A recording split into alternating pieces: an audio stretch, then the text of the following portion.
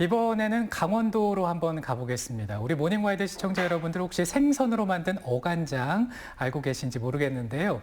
이 어간장을 만드는 명인이 강원도 원주 치악산에 있다고 하죠? 네, 맞습니다. 살짝 이야기를 해드리면요. 이 어간장 명인이 과거에 플로리스트였다고 네. 하는데요. 어떤 맛 그리고 어떤 이야기를 담고 있을까요? 궁금해지는 게 많아지는 소식 화면으로 확인해 보시죠.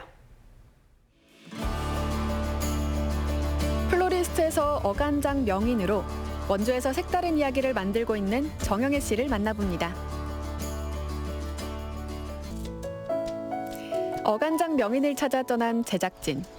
온통 주변이 산입니다. 제대로 찾아온 거 맞을까요? 아무리 봐도 어간장과는 관련이 없어 보이는데요.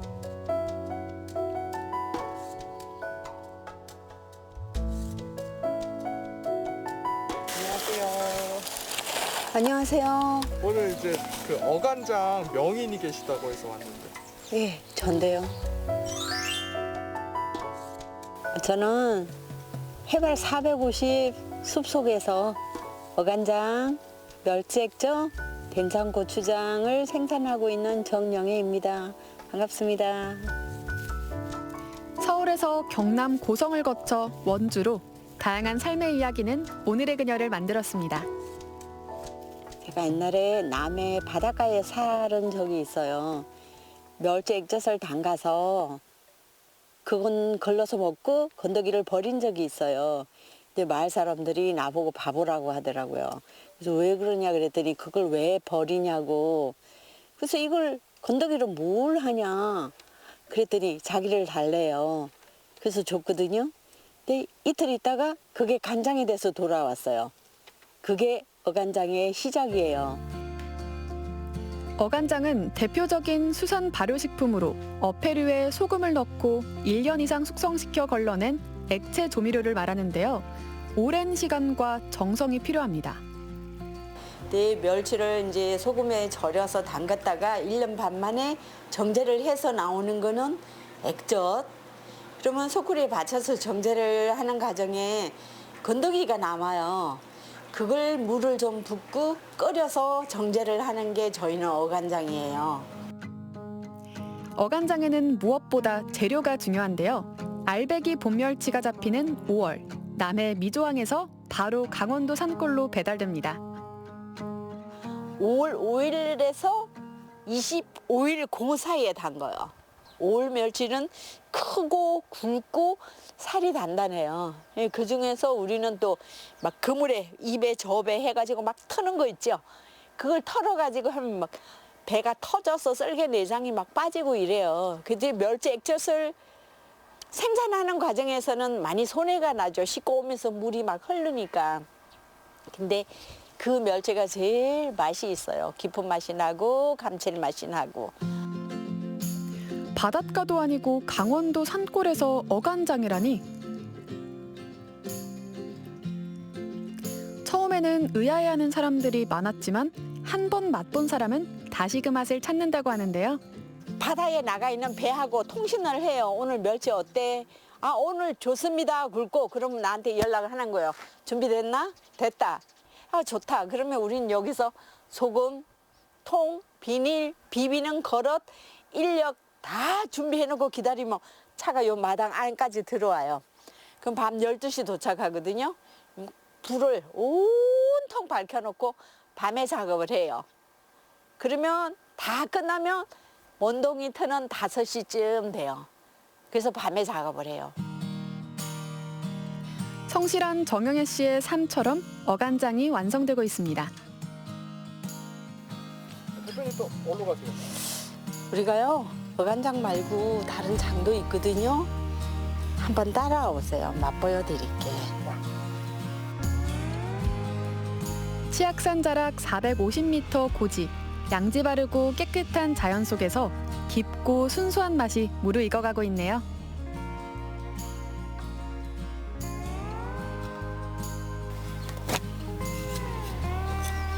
이게 우리 된장이에요. 고운 햇살과 맑은 물, 부드러운 바람, 강원도의 자연과 정영애 씨의 정직함이 담겨 있는데요. 원자재 수급이 안 될 때가 있어요. 바다가 해수면 온도가 높아지고 이러니까 멸치가 어느 해 안 잡힐 때도 있고 이러거든요. 그럴 때 제일 힘들죠.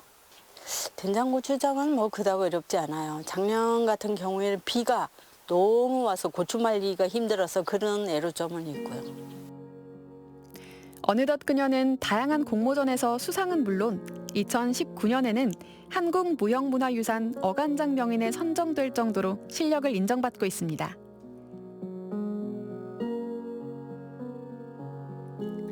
집을 둘러보니 예사롭지 않은 작품들까지 만나볼 수 있습니다. 목공의 작품을 만든 주인공은 바로 정영애 씨의 아들이자 작가인 이강산 씨인데요.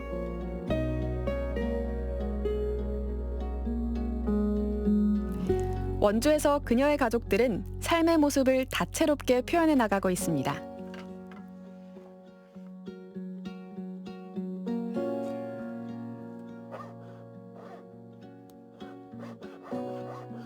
목공에는 2014년도인가 김영세 디자이너가 하시는 변신은 무죄 전이라는 곳이 있었어요. 거기서 이제 작가들과 그리고 기업들 간의 연계해서 콜라보 형식의 작품 제작 기회가 있었는데, 그때 나무를 아무것도 모르는 상태에서 만드는 걸 한번 시도를 해보았어요. 그게 첫 나무를 만나게 된 계기였고.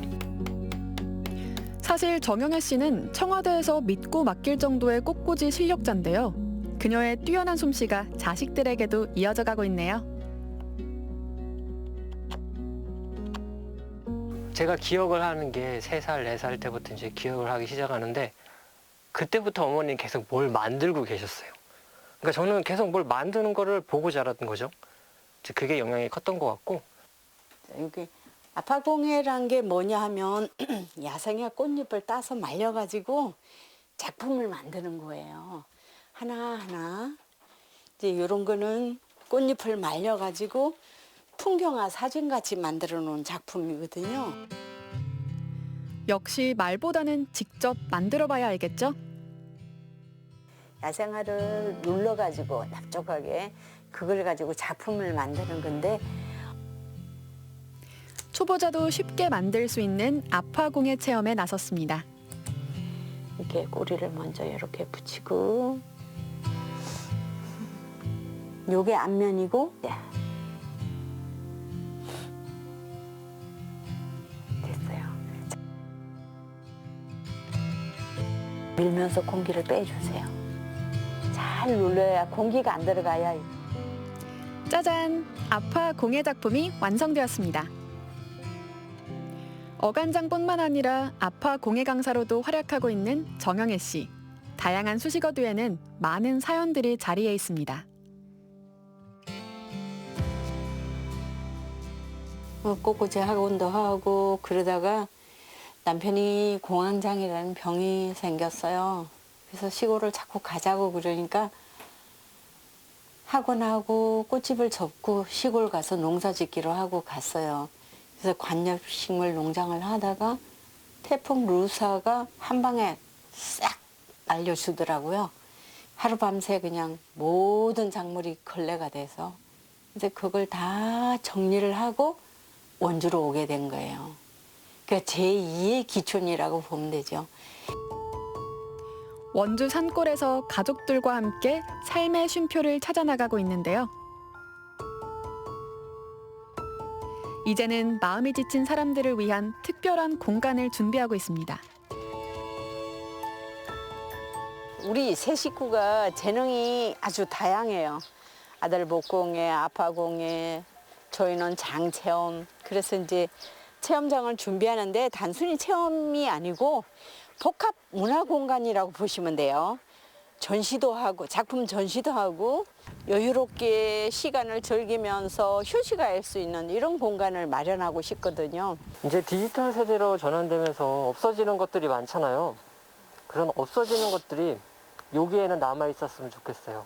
여기에 남아서 오시는 분들께 자신들이 경험해보지 못한 것을, 느껴보지 못한 것을 여유 있게 살펴보는 곳, 그런 곳이 되었으면 합니다. 어찌 보면 그건 우리를 위한 공간이 아니라 다른 사람을 위한 배려 공간이라고 보시면 되거든요.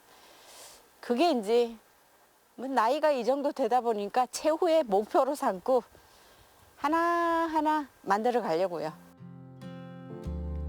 서울에서 태어난 꽃송이가 길었던 겨울을 지나 강원도 산골에서 만개하고 있는데요.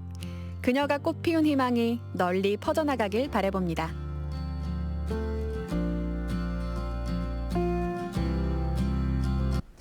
네, 명인께서 아주 정성스럽게 만든 네. 어간장, 봄멸치로 만드는 거였군요. 네, 이번에 맞습니다. 처음 알게 됐습니다. 근데 무엇보다 이렇게 제철 음식으로 만들어진 것들은 언제나 입안에 가득 만족감을 주고 또 감칠맛을 주잖아요. 네, 그렇습니다. 뿐만 아니라 어간장 명인에게 제주를 물려받은 딸과 아들이 함께 복합 문화 공간을 만들어간다고 하니까 네. 이 또한 기대가 됩니다. 산골에서 한 가족이 피워낼 희망에 응원을 보내봅니다.